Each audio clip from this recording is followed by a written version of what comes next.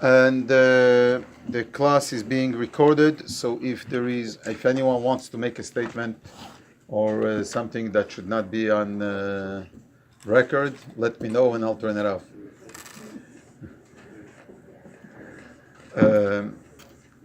But don't be shy and don't hold back any questions or any comments because it's being recorded. It doesn't matter. So a very brief summary of what we learned last week is the first two lines on this page, which was the world, 4 elements. Basically everything in this world is made up of 4 basic elements: fire, air, water, and earth, whatever or any other name we want to give it. They are called, in original Jewish texts, they're called Yesodot, which means foundations. We're going to elaborate today a little bit more on that.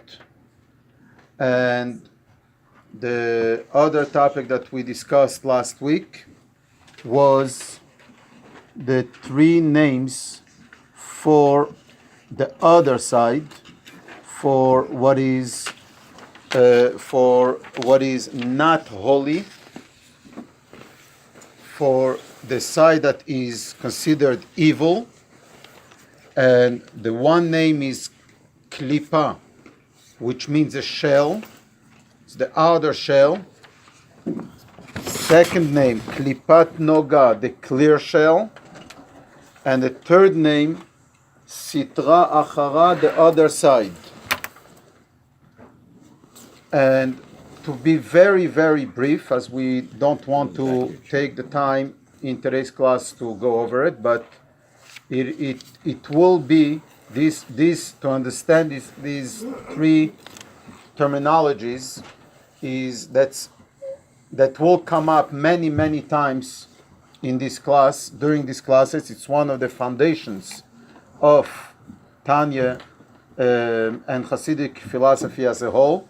So one is encouraged to listen to the recording that was sent out last week, and hopefully this week we're going to put it online.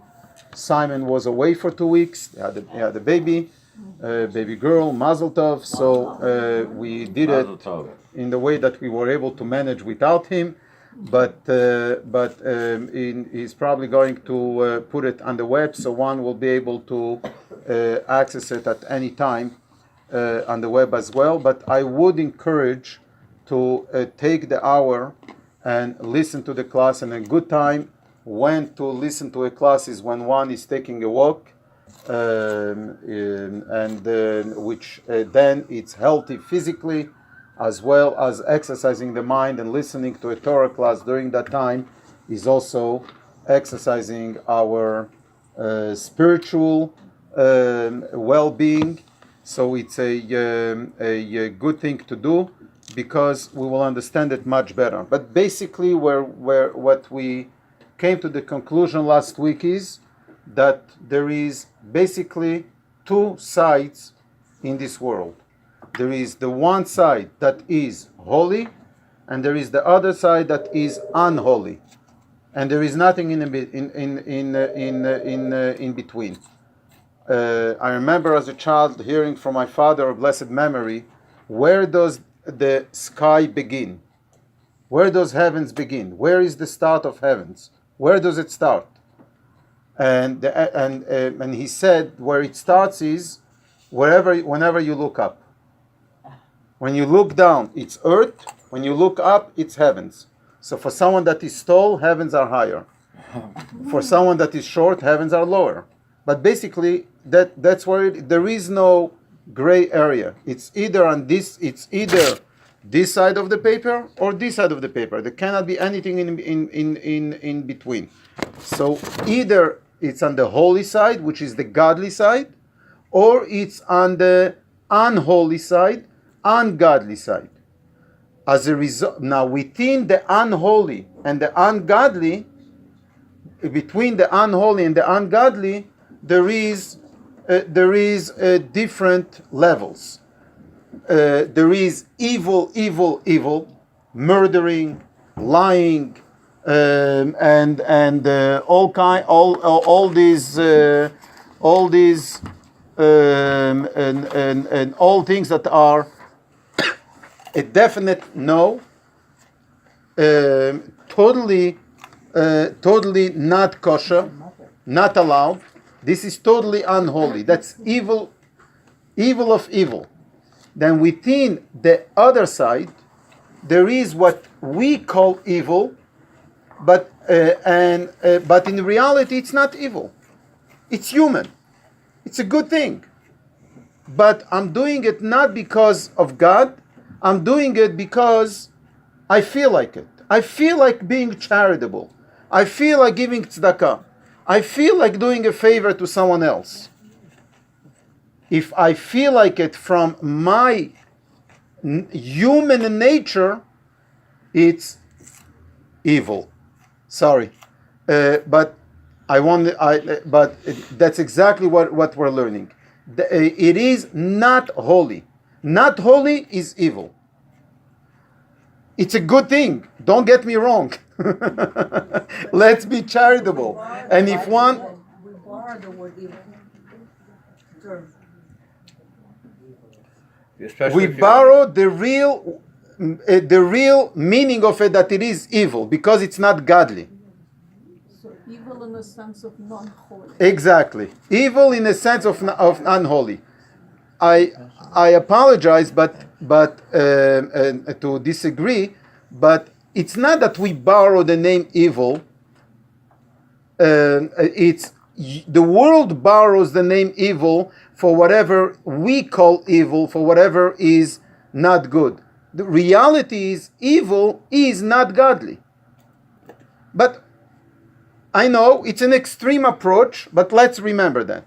So for now, for the next hour, during the duration of this class at least, and whenever we're listening to the class and whenever we're thinking about the class, let's train ourselves to think of everything that is not godly as the other side, as the side of evil. Now within evil there is good and there is bad. There is the clear shell, that the clear shell could be turned into good, as we learned last week, could be turned into godly. So if I wake up in the morning and I wake up in order to because I'm hungry. I woke up, I couldn't sleep, I was hungry. I go and grab a piece of cake or fruit or whatever it is, a drink. No godly purpose. Wasn't good. It wasn't godly. I didn't wake up for a godly purpose. I woke up for a earthly purpose, a human purpose. It's not godly. So it's not the right thing. What I need to do is, I need to wake up in the morning. Why? Because I want to serve God. I need to turn this world into a godly place. I need to become godly. I need to bring more godliness into my home. I'm hungry. I can't do it when I'm hungry. So I need to eat. So I eat and I drink and I exercise in order for me to serve God. Then it becomes holy. Then my exercising is not a bad thing, then it became a good thing. It's not a human thing, then it became a godly thing. So that's the summary of last week's class.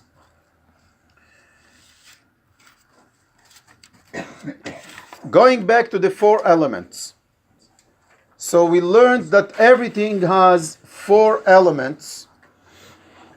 The 4 foundations, the 4 basic ingredients that make up every object in the world, physical and spiritual, tangible and non-tangible. Every object, anything we could think of, is made up of these four elements. So someone asked me over the course of last week, asked me a question that according to science today, it's not 4 elements, but hundreds. There is a lot of elements, plenty of elements. So where is this, what is this thing of the 4 elements? So I told the individual we'll cover it in the class today, but not in length. I don't want to spend the whole class on that. But the reason I'm bringing it up is, do send me questions, and as this individual did, and to the extent possible, we're going to cover it in the class as well, obviously. And the only thing we're going to do now, without going in length, is I knew that there is that the Rebbe addressed this issue in the past. We might not have enough. I think I made 15 copies of this, maybe a little more, so we might share. And I knew where it is. It's in one of the Rebbe's volumes in Likutei Sichot, but I found it on Chabad.org as a question and answer. So if someone wants to read it, would be great. And that's just we'll go over it and then we'll go on. Anyone? Sure. Just from the top, the question. Yeah. I recently attended a class in Kabbalah and Hasidic thought. The rabbi was talking about the 4 elements: earth, water, air, and fire, as they are found in the human soul. I recognize this idea from ancient Greek and medieval philosophy, but it seems there's been some progress since then. My periodic table has 117 elements. Isn't the Torah view outdated? And then the response. And the response. I've seen 2 written responses on this topic from the Rebbe, one a letter written originally in English, the other a cryptic note in Hebrew. First, the letter, dated 18th of Tevet, 5720, January 16, 1960. You ask my explanation of the reference to the 4 basic elements, Yesodot, mentioned in Chapter 1 of the Tanya, and you ask me how is it possible to reconcile this with modern chemistry, which recognizes over 100 elements. Prefatory, I must make at least 2 corrections in your letter. One, the origin of that statement in the Tanya is not as you write, but it is to be found in Midrash Rabbah, Bamidbar 14:12. Tivim. And at greater length and in greater detail in many parts of the Zohar, and further explained in other books of Kabbalah. 2. Modern chemistry does not recognize over 100 basic elements, but a considerably fewer number if matter is to be reduced to its basic components or particles.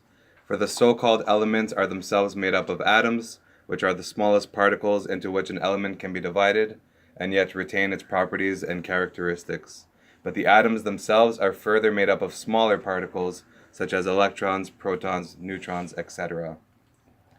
Thus, the answer to your question already lies in the proper definition of the terms under discussion. For, as indicated above, a so-called element is not the most basic particle of matter. Even the term atom, which originally meant something indivisible, is an archaism now employed only for convenience, as it no longer corresponds to its original meaning. Similarly, when we speak of an individual as being an element of society, this does not mean that the individual himself is not a composite. This should be borne in mind when we consider the term Yesodot in the Zohar, Midrash Rabbah, Kabbalah, etc., and of course in the Tanya and other Chabad sources. This does not mean something which under normal circumstances are indivisible or unchangeable, but the actual so-called bricks or components, which make up everything that exists in the world. I might also mention that there is another school that conceives these 4 Yesodot not in their physical aspects, but rather qualitatively. That is to say, fire, in the sense of the properties of hot and dryness, water, in the sense of coolness and humidity, and so on. In the cryptic note, the Rebbe says much as above, but adds a fascinating idea. Some hypothesize that there are 4 basic elements: positive, negative, antimatter, matter. And to add to it a little bit more,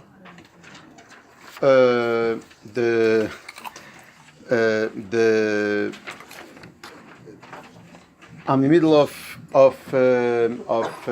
studying it myself a little bit more in depth, and there is the Alter Rebbe, the founder of Tanya, brings in Likutei Torah in another book that the four elements correspond to the four letters of God's name, of Hashem's name, the Yud, the Hey, the Vav, and the Hey.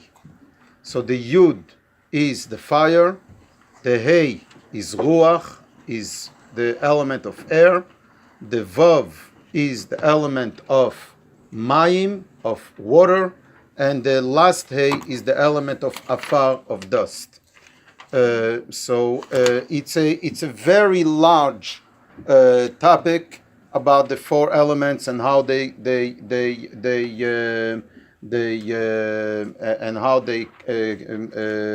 they're connected and what they do and so on. Yes. Can you repeat that again, please? Yud is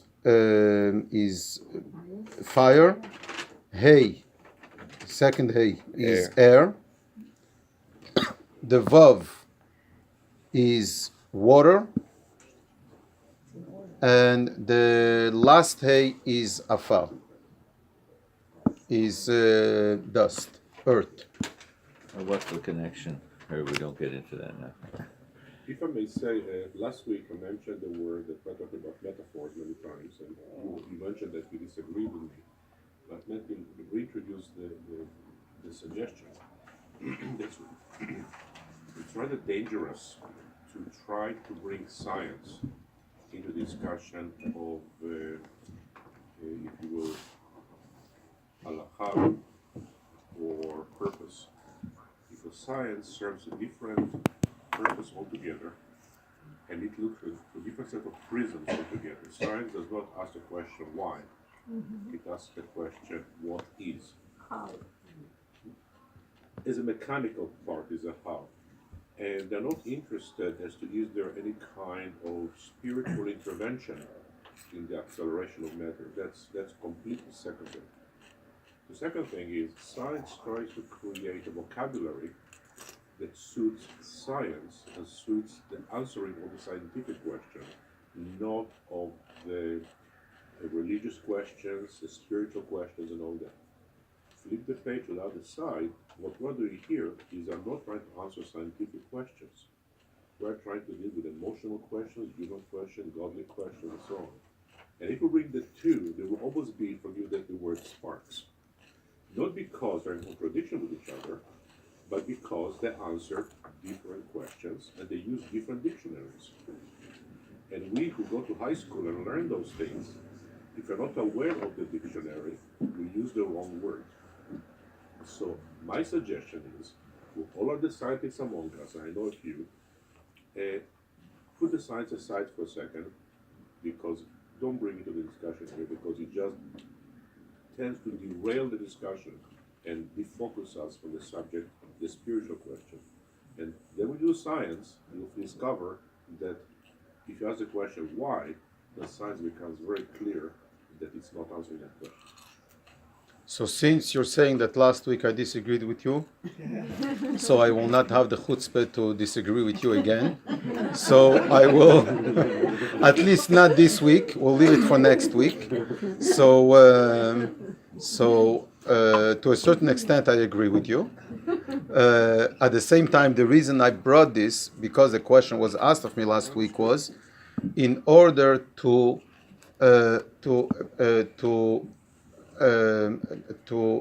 we're not going now to enter a discussion about science and Torah and do they agree or disagree, and are they two different classes and do we disagree with science and so on.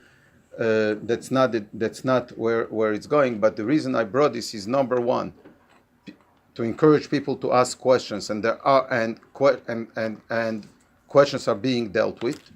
Number two, yes, if a person does have a scientific question, because everyone is a scientist. Everyone considers oneself that I know better than anyone else, and no one will tell me how to discover the world from scratch. So everyone in this room and beyond is a scientist who is searching and thinks that I know how to reinvent the everything in the world, and if I don't get it, then no one will get it. But only the way I get it, everyone will have to admit to me, and otherwise the whole world is mishuga, and I'm the one who is normal. So so do ask any questions you want, scientific, not scientific, but at the same time, where I do agree with you is, we shouldn't expect all answers, and that we're not going to reconcile all the questions and agendas that everyone has. But there is everything is addressed. Torah is science is not against Torah.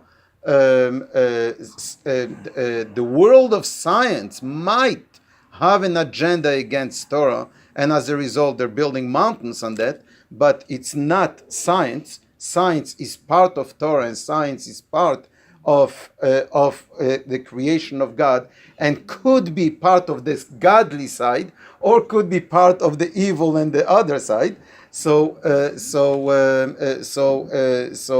But point very well taken, and that's exactly why I also gave the introduction that we're not going to spend on it too much time. It's just to give a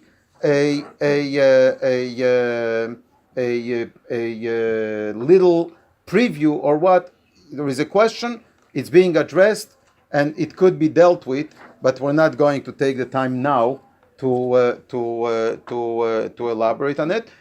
At the same time, there is room in Tanya classes to deal with these issues as well, because there is a lot of it. But the goal of and the purpose of our class is to deal more with the with practical, how could that affect my life, and I should and the tomorrow should be a better day than the today. Thank you. So now let's jump in a little bit in the letters of the Tanya, in the text of Tanya, and then we'll discuss it. So the text of Tanya in English is on this page. In English, in Hebrew, it is the beginning is in this page, the page 2. Before that, any questions, any comments? No? Okay, so we're moving. To explain the matter. Which matter? For that you have to listen to the class of 2 weeks ago. And it's available, and it will be available online, and it was emailed.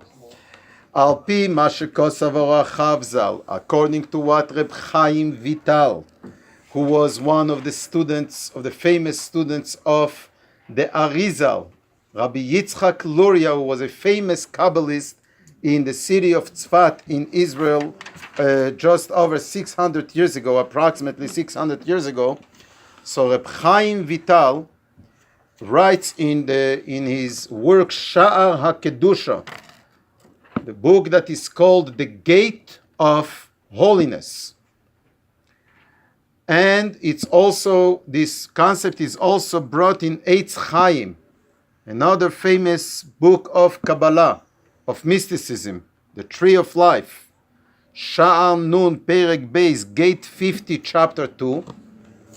So he writes there the following: Dilchol ish Yisrael, that every single Jew, echod tzaddik ve'echod rosho, regardless if one is righteous or one is wicked, but every single person has shtei neshames, has two souls. Now we know where we get our double personality. Has two souls, two neshames. Not one soul, but two souls. We all remember the story why we got two tablets. God went to every nation and asked them, do you want the Torah? They said, one nation said, what's in it? Don't murder. No, it's not for us. The other one, what's in it? Don't steal. No, it's not for us. The other one, honor your father and your mother. No, it's not for us. came to the Jewish people, asked them, do you want the Torah? They said, how much is it? He says, free. Give us 2. So we got 2 tablets. So we got 2 souls, 2 neshamis, 2 souls. Diksiv, as is written, uneshames anio sisi. God says, the prophet says in the name of God, I have made neshamot souls. So, in plural, so the plural expression here refers to every individual who has 2 souls. I'll explain it a little bit later. Or let's explain it now. The simple translation of that verse, Uneshames ani osisi, by Prophet Yeshaya, Isaiah, refers to the souls of many people. Many souls. We have many souls in this room. So where is this taken? Where is this commentary coming from that Uneshames refers to, in plural, refers to every individual has multiple souls? It's not. It's everyone has one, and we have many souls in this room. The reason for it is because the beginning of that verse says, "Ki ruach milefona yatef." Yeshaya, the prophet, says in the name of God that a ruach, a spirit, a wind, will come from me. Uneshames ani osisi, and souls have I created. The ruach is referring also to life, but there it's in singular text. It doesn't say ruchot. It says ruach one. Then why suddenly did it move to souls in plural? That means that there is 2 souls. That's where that's where it's coming from. But that's a practical, technical detail. What are these 2 souls? Shehein shtei nefashes. These 2 souls are 2 sources of life. So today we're going to elaborate on the one that is the lower one.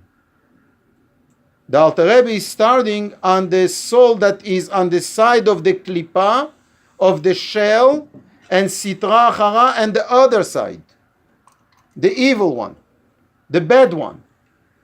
Why is the Alter Rebbe starting with that one? Why don't start with the good one? 2 reasons. One is because that's the one we're dealing with on a daily basis. As Avi said earlier, that's the one we need to deal with. That's the challenging one. Number 2, that's the first one that is, and the most obvious one, the one that is closer to us, and the one that originates, that comes by the person first. Because the second one, the godly soul, comes in stages and ultimately penetrates the human body at the age of bar and bat mitzvah, at the age of 12 by a girl and at the age of 13 by a boy. Until then, we don't have a complete godly soul.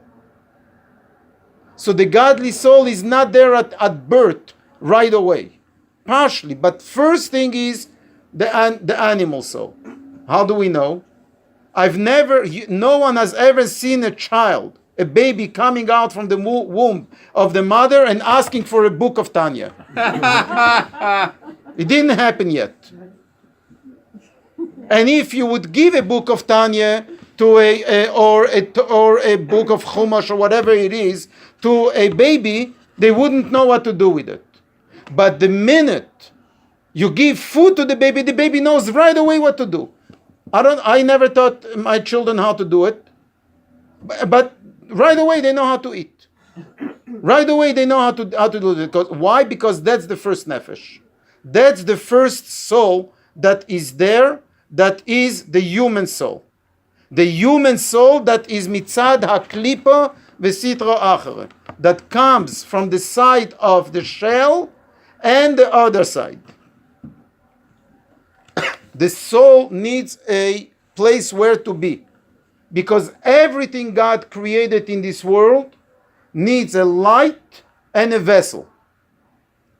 What is the light and a vessel? This is another terminology in Hasidic philosophy, in Chabad philosophy, and in Kabbalah. The or vekeli, the light and the vessel. What is a light and a vessel? Nothing could be without both of these components: the content and the garment and the vessel. Per example, there is wisdom in this book. The wisdom is the or, is the light, and the letters and the paper and the book is the vessel. We have an eye that sees. There is the chush hareiyah, the talent, the power of vision, but the power of vision without a physical eye, without the vessel of the eye, cannot see. So there is the vision in the eye. Everything has both. It's impossible otherwise. So the soul needs a body. And the soul needs to get enclosed in the body. Where in the body is it? The Alter Rebbe says, "Vehi hamislabeshes bedam ha'odam lehachayes haguf." The soul gets enclosed, embodied in the blood of the human being, and that's what brings life to the body. I explained in other places in Hasidus that the blood is the ruchaniyut shebaguf. The blood is while it is physical, tangible, it's physical blood, but it has in it something spiritual, something untangible, warmth, heat, flow of life, flowing, and the soul is something that is non-tangible. So the soul finds something that is the closest to it in order to be the intermediary between the spiritual and the physical. And that's the blood. Before questions. So the soul gets... Before questions, hold on one second. And you're number 2. I'll repeat again. Okay. The soul is spiritual. The body is physical. How could something physical connect with something physical? How could something that is non-tangible connect with something that is tangible? We need an intermediary. We need something that connects them. What connects them is the blood. The blood is physical, tangible, at the same time has the ability of something more than that, and that becomes the vessel to this soul. Yes. 2 thoughts quickly. Is there any relation with this concept as to why we don't consume the blood of animals? We don't want the animal soul. That's one thought. The other thought is, I think when Cain and Abel, I think the earth cried out because the blood was in the earth. The earth recognized that the soul went into the earth. Any comments on that? Yes, there are comments, but either a little bit later or another time. Thank you. Yes. You clarified it by repeating it. Okay. That's what I needed. You already... Okay. Thank you. Yeah, a question relating to this notion. If you look at the organic matter in this world that we consider at least the living matter, such as trees, bacteria, and animals, if you will, 2 of the kind do not have blood, and 1 of the kind does have blood.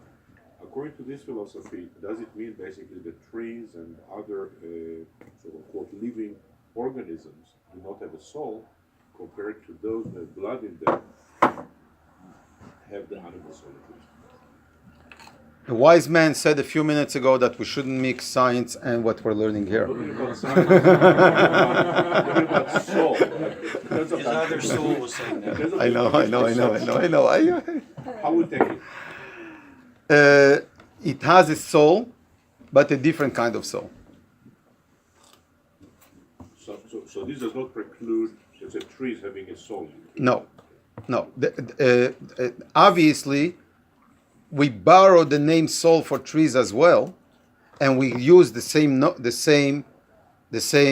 word, the same terminology. We call it soul, ruach hachayim, spirit of life, but it's a different kind of soul. Mineral have a different kind of life source. Animals have a different kind of life source. Vegetation has a different, meaning everything that grows has a different kind of life source, and human beings have a different kind of life source. Those are different sources. Call them all life. We all call them chayim. And yes, there is in the Torah we're not allowed to kill animals. We're not allowed to kill vegetation. But it's a different killing, and it's a different kind of soul.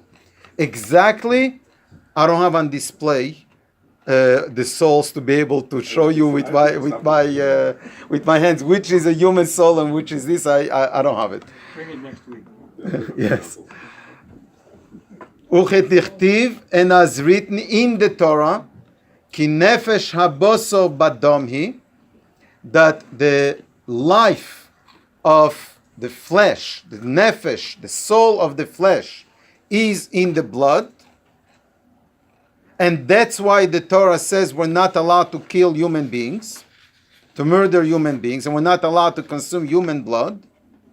And that's why animal blood is also not allowed, but in a different way. And so bottom line, what we're establishing here is that there is a soul that is on the other side, that is on the side of evil, that is on the side of the shell, on the side that is unholy and ungodly, and that's our source of life. And that's in our blood. Okay? Sounds very what's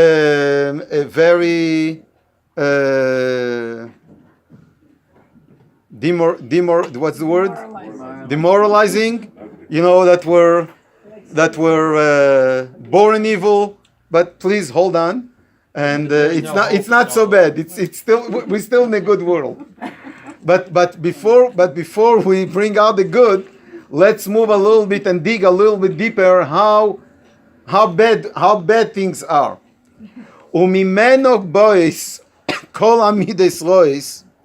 And from that soul is where all bad qualities, all evil qualities that a person has, that's where it's coming from. Me'arbo yesedes roim shabo. From the four evil, bad elements that are in that soul. Meaning, again, as we learned, as we introduced last week, everything has the four elements. So the evil soul, the animalistic soul, also has those four elements. Because of those four elements of that soul, that's where we have bad traits and bad qualities. And in the words of Shlomo HaMelech of King Solomon, Ayo pere odom yivolid, that a human being is born an animal. We're born with animalistic traits. And the Alter Rebbe goes on, the Hainu, meaning, and gives examples of bad traits and where they're coming from. And it's important to know where things are coming from, because then we know how to deal with it. So when we're dealing with something, we need to know what is the source in order to know how to heal it. That's why we're dealing with it. Dahainu. So it gives an example. Kaas v'gaiva. Anger and gaiva and pride. Feeling oneself. Me, ego. Where does that come from? Mi yiseid ha'esh. That comes from the element of fire. Shenikba lemailo. That fire always goes up. Ego. Full of oneself. That's anger. Always goes up. Did you ever see a person angry and starting to express the anger and the voice goes lower? Or the emotions get low? Usually it doesn't happen. Usually it goes higher and higher. That's why it says in Sifrei Musar, in books of Musar, it says, Sgula lemidat hakaas, the solution to anger is sheyishtok ba'etahi, to be quiet. Psychology today says, you're angry, let it out. Torah says, you're angry, be quiet. Don't let it out. So that's the source of anger and ego. Ta'avat ha'ta'anugim, the desire of pleasures. I want this. I want this. Going shopping. Every day I need something else. The desire of pleasure, of building everything around me and expanding, is mi yesod hamayim. Comes from the element of water. Ki hamayim matzmichim kol minei ta'anug. Because water brings all kinds of pleasure. Beautiful garden. Water.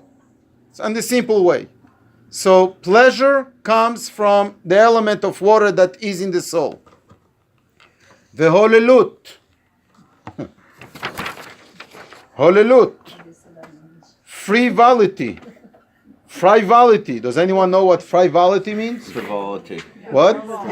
Frivolity. Does anyone know what that means? Please, English. Take things very lightly, like a joke, or it's not Bubble serious. fat. Being frivolous. Lightheaded. Lightheaded. Kalvasra. Veleitzanus. Lightsome. Leitzanus means scoffing, meaning making fun of everything, not taking anything seriously, just joking around without a purpose. Nothing wrong with jokes, but it's excessively. Vispoarus, boasting. Udvarim betelim, an idle talk, just talking without any purpose, just bubbling. Is mi yesod haruach, is from the element of air. Ve'atzlus, ve'atzvus, laziness and sadness, sloth and melancholy is to I don't know what language it is, but laziness and sadness is mi yesei, the offer is from the element of dust. Which one is element of? Laziness and sadness is mi yesei, the offer. When you say somebody's down, right? Someone is down. That's from the offer. Now, there is a lot to these few lines, and we can't elaborate on all of them in length because, again, everything has in many there is many details, and in many cases, some expressions are composed of more than one element. And here is an example.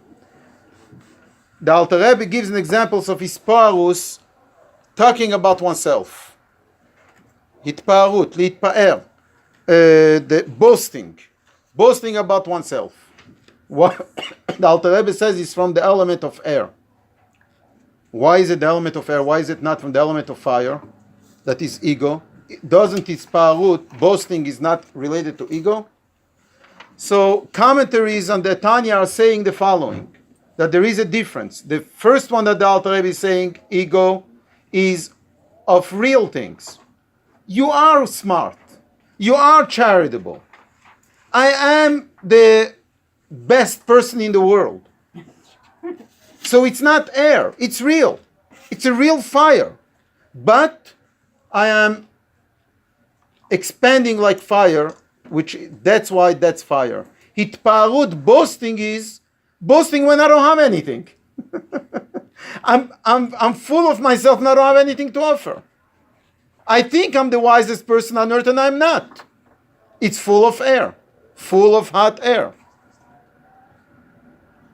So I'm bringing this as an example because we could get stuck here on these 3 lines and spend 3 months and elaborate on it, and it will all be true, and really, get to the bottom of it and to the details of it. But it's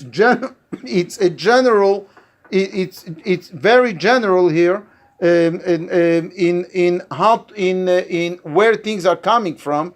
With the main point that the Alter Rebbe is making here is that any bad habits, natures that we have, the source is the animal soul. From the 4 elements of the animal soul. So before even going further, here's an example. Just an example. I have a child who is born, God forbid, who is born with a nature of cruelty. All the time wants to hurt someone else. A child, whatever it is, cruelty. Let's take that example. What do I do with it? One approach is yell at the child. Stop him or her from doing that. There is many approaches. What I'm learning here, first thing I'm learning here is, why does that child have it? Why is that child cruel? Let's go to the depth of it and let's deal with it and see then how to approach it. And that's only the beginning of how to deal with issues. And since I started at the example of dealing with our children, in the end of chapter 2, the Alter Rebbe is going to introduce a whole additional concept of why our children have certain habits and where it's coming from and how do we deal with it. So, but basically, everything has a source. Now the Alter Rebbe goes to even a further extreme, which is what I mentioned earlier. Vegam midas teves. The last 3 lines on the page in English. Also the good characteristics, attributes that a person has. Etzel desom shebeteva kol Yisrael betzel desom, but that is in the nature of every Jew by birth. Kamei, as an example of Rachmanus, mercy, Ugmilus chasadim, and doing acts of kindness. Good things, right? It's in our nature. Being charitable. Having mercy on other people. Wow! It's amazing. We're godly. The Alter Rebbe says, don't fool yourself. Don't think that mercy and acts of kindness, of natural mercy and natural act of kindness, don't think for a second that it's godly.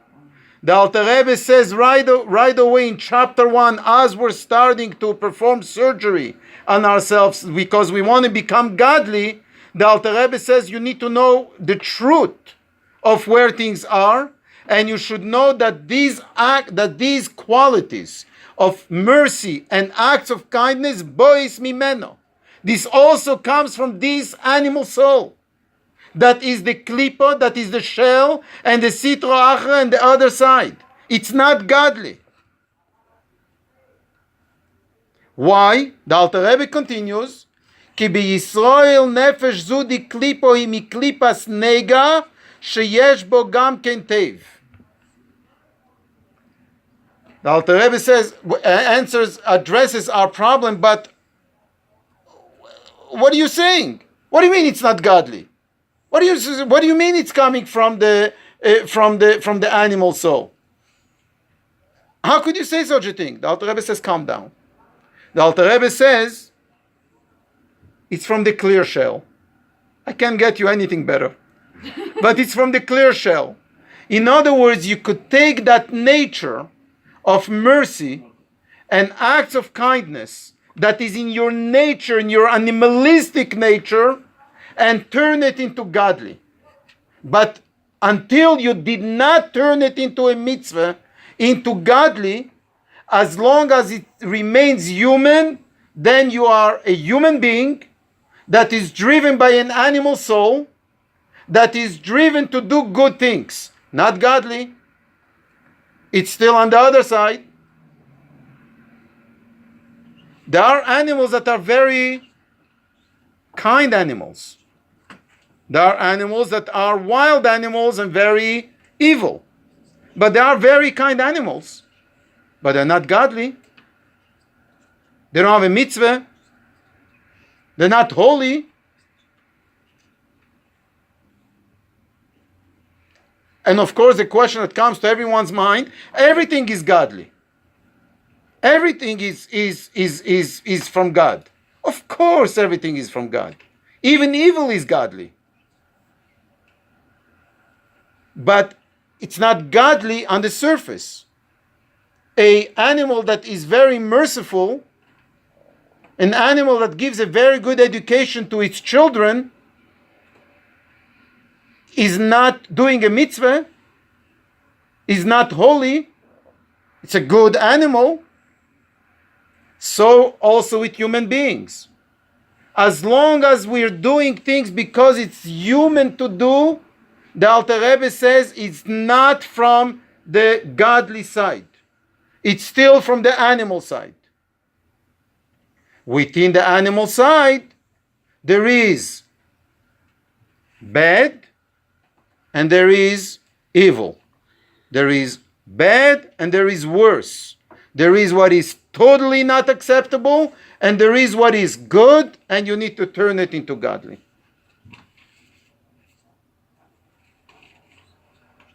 A very, very basic philosophy and foundation of Chabad's approach, which caused in the Jewish world and in the religious world and in the Torah world turmoil. Many opposed the Chabad's approach because it turns very good people, very holy people, and telling them you're nothing. You have to be even better. Telling them you didn't even start Avodat Hashem. You didn't even start worshiping God. All you're doing is worshiping yourself. Not an easy pill to swallow, this concept, but if we want to be true to ourselves, we need to come to that realization. And obviously, we're going to learn more and more about it. Why? Is there anything wrong in remaining human, or do we have to be godly? Why can't I continue my acts of goodness and kindness just as a human act? Why do I need to be merciful because God said so? Why can't I be a good parent just because it's in my human nature? Why can't I have a drink without a bracha, without a blessing? Satisfies my thirst. What the Alter Rebbe is saying here is the following. It's an amazing concept. a tzaddik, holy person, holiest man on earth or woman, holiest human being on earth, is thirsty and takes a glass of water, healthy, a healthy glass of water, thirsty. Where is that thirst coming from? Is it being derived? Is the drive for the thirst from the godly soul, or is the drive for the thirst from the animal soul? Animal soul. But it's a tzaddik. It's a holy person. Everything the person does is for a godly purpose. True. The drive, my thirst, the nefesh achiyunit, the thirst comes from the living soul, from the soul that is in my blood, from the animal soul. Obviously, it's thoroughly taken. Why do I need to satisfy my thirst? Baruch atah Hashem Elokeinu melech haolam shakel niyo bidvorei. I'm here to serve God. I make a bracha. I recognize the godly power, the godly energy that is in the water, that is going to become part of my blood and flesh, that is going to become part of my being, part of me, in order to serve the superior, the ultimate cause of bringing God in this world, of making this water holy, by making a bracha, a blessing on it, by doing it for a godly purpose. But the drive, as holy as a person is, as big as a tzaddik is, physically, there is a physical life. Physical life is from the animalistic soul. So based on this, let me ask you a general question. Is there a difference? Could someone tell me here? Could someone share with us? Is there a difference between what we call the Yetzer Hara, the evil inclination, and the animal soul? Or is it all the same? Is the Yetzer Hara, the evil inclination, and the animal soul the same, or is it two separate things? One comes from the other. One comes from the other. But why are they two separate things? So here is the answer is correct, and obviously we got it. If this is the conclusion, then obviously we got the message. We got the point of what the Alter Rebbe is saying here is a tzaddik could achieve, as we learned earlier, to get rid of the Yetzer Hara. A tzaddik could get rid of the evil inclination, but can't get rid of the animal soul. Not possible. If you're alive, you have the animal soul. But you could get rid of the evil inclination. The tzaddik does not want to drink because I'm thirsty, because no reason. There isn't such a thing as thirsty for no reason. Everything is all the time. Bechol drachecha da'ehu. In all your ways, God is there. Every moment, Baruch Hashem. Thank God, everything is about godly.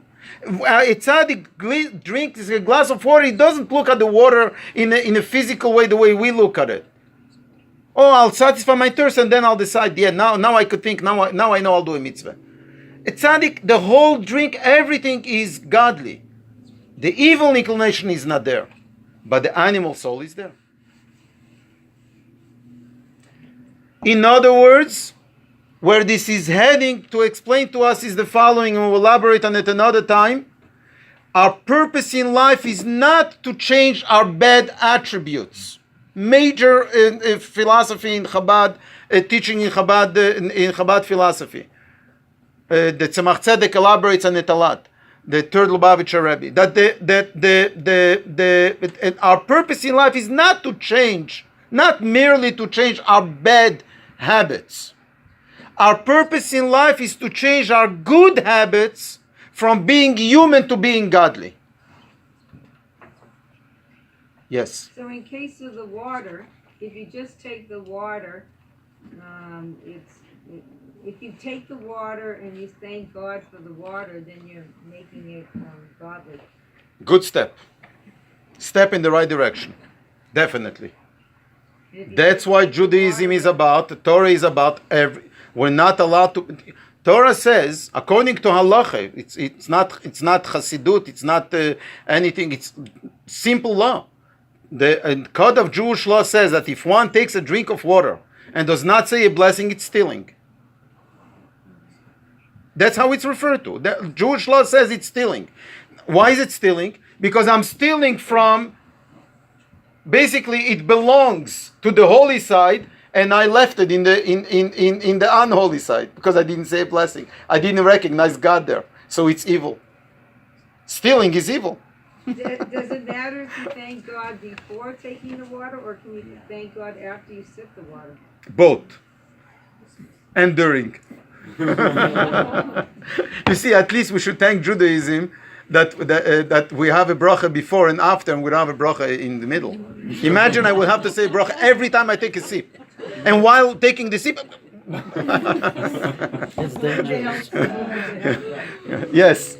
So you're telling me that what it's trying to explain is that you should improve more on the things that you're doing right and make them even better, instead of the things that you're doing bad. First of all, I'm not telling you anything. You scared me. Are you telling me? Your mother tells you things, and your father. I'm only suggesting things. That's number one. I couldn't concentrate very much on your questions because of the way who you telling me. So, but once we're done with that, I'm not saying better. I'm saying in addition, and we need to work on all of them simultaneously. You're saying more. You're saying that we should work on more. No. I'm not saying that we should work more on refining our good habits. But you said clearly, like Chabad philosophy and all that. Like you're making the main point. You're like the huge mistake. Chabad philosophy doesn't say that you should work on your bad habits. It says the good habits that you should make them from human to. Because the bad habits is obvious that we need to change. Yeah, that's for sure. Okay. But even the bad habits, you're bringing out a very good point. Even the bad habits, why should we change the bad habits? To make them human or to make them godly? I have a bad habit of lying. So I should stop lying because it's not the right thing to do, because it's not human, it's not menschlich, it goes again, it destroys the world, and it's not nice, or because God told me not to lie. Yeah, but bad habits, you have to work more because they're worse, right? They're obvious, right? But those bad habits you have to work more on. And if someone tells Depends you who. You should work more on your good habits because you're very good. I think that was the point, because bad habits are obvious.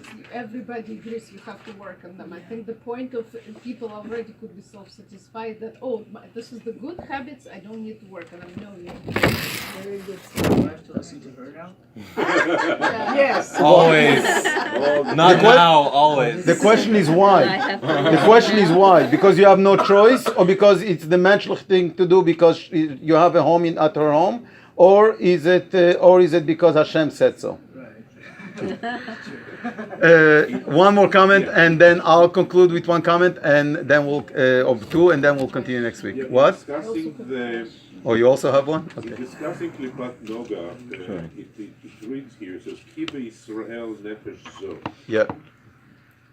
Does this suggest, also earlier when we discussed the animal soul and other soul, Yes. it said, in the translation part, Yes. it mentioned this, that every Jew has Yes. two kinds of souls, Yes. which will, again trigger the same repetition Yes. of the principle, Kibe Israel.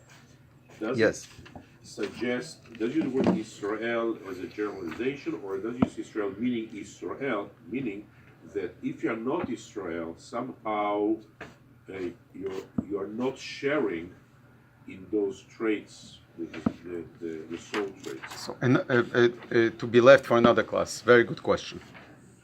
Yes. To be continued. Yes. Just a quick question on your example of the child born with a cruelty trait. What element would it be coming from? Of the four elements? Where is cruelty coming from? Yes. Where is cruelty coming from? Yeah, like the child killing You animals. said you had to find the source of that cruelty, because there's always a source. Is it? I don't know. But and the first thing that comes to mind is fire. Yeah, That's the first thing that comes to mind. It's related to anger. I think on the surface it seems to me that it's fire. Why?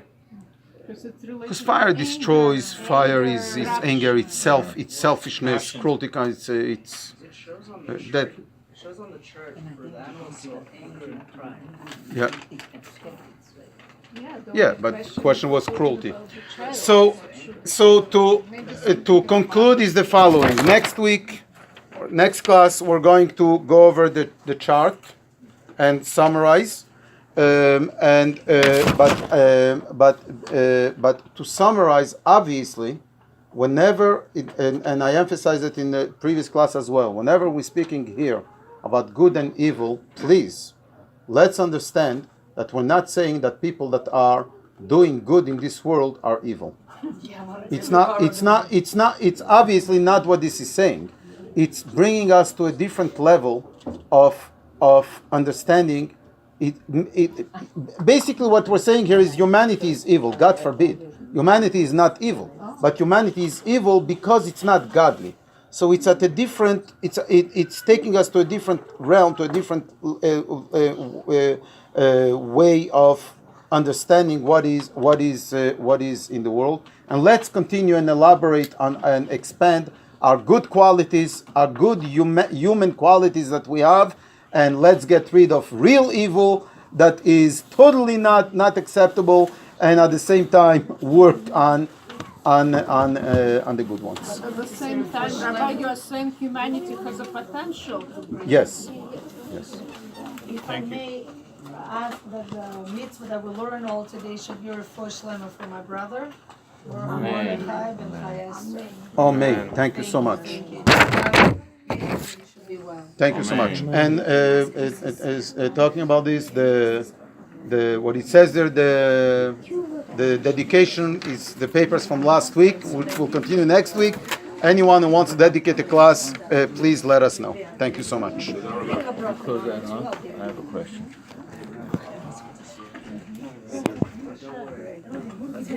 How are you?